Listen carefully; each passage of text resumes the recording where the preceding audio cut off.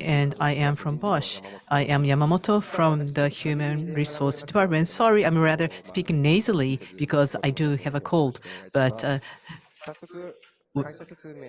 I can speak on instead of that. And this is BOSCH worldwide related information that I like to speak about.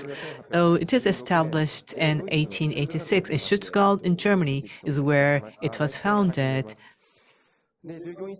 The number of workers, we have 420,000 or more employees, and we have 136 engineering locations. And R&D for the research cost last year altogether, we have 12 trillion yen, and 8% of that this year goes to R&D. And I wrote at the very end, in most of the parts in the world, we have business entities. So we are very global. The corporate slogan, and that is invented for life. So that is a slogan that we do a work. So we are BOSCH worldwide, and there are 4 main business sectors. One is the mobility solutions related, and I'm sure most of you know about it. These are the R&D in the automobile sectors. Then we have industrial equipment technology, that is for industrial equipment, including robots. And then there are consumer goods. This is basically for consumer goods areas such as electronic tools in Japan. In Europe, there are those related to the white-colored household utensils. An energy building stadium, we have technology stadiums as well as airports. We have monitoring cameras, and we provide services in that area. Now, for BOSCH Japan, in 1911, it was founded, which means that for Japan too, we have a very long history. For BOSCH Japan, we have close to 6,250 employees. Many are working in R&D, manufacturing, sales, are done in Japan. I earlier said that there are 4 business sectors, and after that, the leftmost, which is the mobility solutions related, the sales from that is 90% of total sales. So those are related to automobiles in Japan. Now, the locations are shown here. We are located first in Yokohama. We have an office here, and this is in Tsuzuki Ward of Yokohama City. And that is our largest R&D facility in Yokohama. And then Higashi Matsuyama as well as Tochigi, we have plants. And they are very big in these 2 locations. Mimanzu Betsu is in north. In Hokkaido, we have a proving ground there. And the headquarters in Japan is in Shibuya today, but if you turn your page, BOSCH Japan Group will have a new headquarters in the Tsuzuki Ward of Yokohama City. It's being constructed at the moment, and they're only 5 minutes from the Yokohama Tsuzuki Ward station. More than 2,000 employees will be able to work in this new building. And together with that, there's going to be a BOSCH Hall, which is also going to be constructed. Briefly, I would like to explain what we do in our business lines. You may know a lot about the mobility areas. There are words like CASE, C-A-S-E. That is the word that we use very much. And it's for us, it's not CASE, but instead of C, we use P. We call it PACE to do business. The P is for personalized, automated, C connected, E is electrified. So these are the 4 slogans to do our work.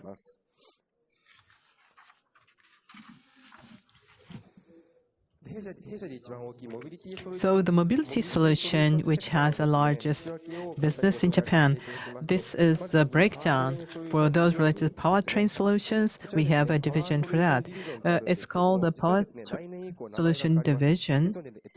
That is why after the change of the name, we have the new one in the parenthesis. It is going to be called Power Solution Division. Now it's Powertrain Solution Division. So diesel engine, gasoline engine, and other R&D are done in this division. We also have a chassis system control division. Next year, it's going to be called Vehicle Motion Division. This is related to the active safety, brake acceleration, passive safety, which is related to stopping a car. So these are related to the system that allows the car to stop when necessary. Then the next cross-domain computing solution division will keep using the same name for this particular division next year. But we are recently talking about autonomous driving, about packaging. These are research in this.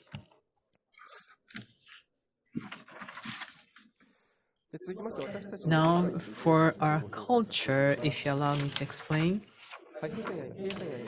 In our company, we have a very characterized working style. And first, that is a smart work, which is done in a very flexible manner. And then, in our company, we have a flexible working hours. A core less flexible is what we do.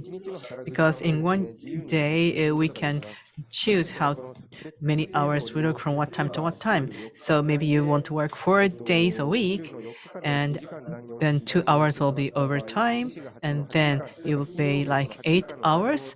Instead of doing the 8 work, that you can have a whole day off because it's 8 hours. So we have a very good work-life balance established, and the short working hours are also available. So if you have a small child, or if you have to take care of the elderlies, they'll eligible to use this short-term working hours. Now the numbers are going to be explained. There are 4 of them. One is related to the remote work. They are 78%. And this out of that 22%, what do they do? The remaining 22%, those are ones who want to come to work. And then there are some who want to work hybrid. There are 78% who want to do both. So 78% will do work from home, including myself. And the monthly overtime is around 14 hours in a month. So 14 hours in a month. So if you check, it's about 2 days or less. So this 14 hours can be utilized to take Friday off, or you can go traveling sometime during the weekend right after your work. And then this is for the paternity, maternity leave. We have a paternity leave for men. For 40% of the entire employees fathers who take paternity leaves. Overall, men and women, they are 99% come back to work after their paternal leave. So you may have children, but it's easy to come back to work. Lastly, there are 3 different kinds of internship. The first is global internship. This is one kind of internship. That is, for this fiscal year, it's already finished. Application for next fiscal year. Right after the new year, we're going to make announcement for between 2 weeks to 3 weeks. BOSCH, Vietnam, Ho Chi Minh is a city that you'll be having this internship. You go there to joining a project in Ho Chi Minh, Vietnam. The air tickets, hotel fees, all of them will be borne by the company. So for the students, I think the very good program for them to be a part of. Close to 20 persons, university students join this program every year. Then there's a seasonal internship. This is a summer internship, we call. And for this year, we have already completed the receiving application, but next year we're going to do the same. For the midterm internship, for 3 weeks to 10 weeks, there are going to be an internship program. For those who come from far away, we will provide apartments, food, cost. And then there's a standard internship. This is for middle to long-term internship program. Minimum of 3 months to of 1 year, there's going to be an internship program. And this is for paid internship. So in short, in 1 week, there's going to be certain hours, and then the allowance will be different. And if it's 10 hours, it's just 120,000 yen. Or if it's 28 hours a week, then it's going to be 140,000 a month, and or 180,000 if you work more.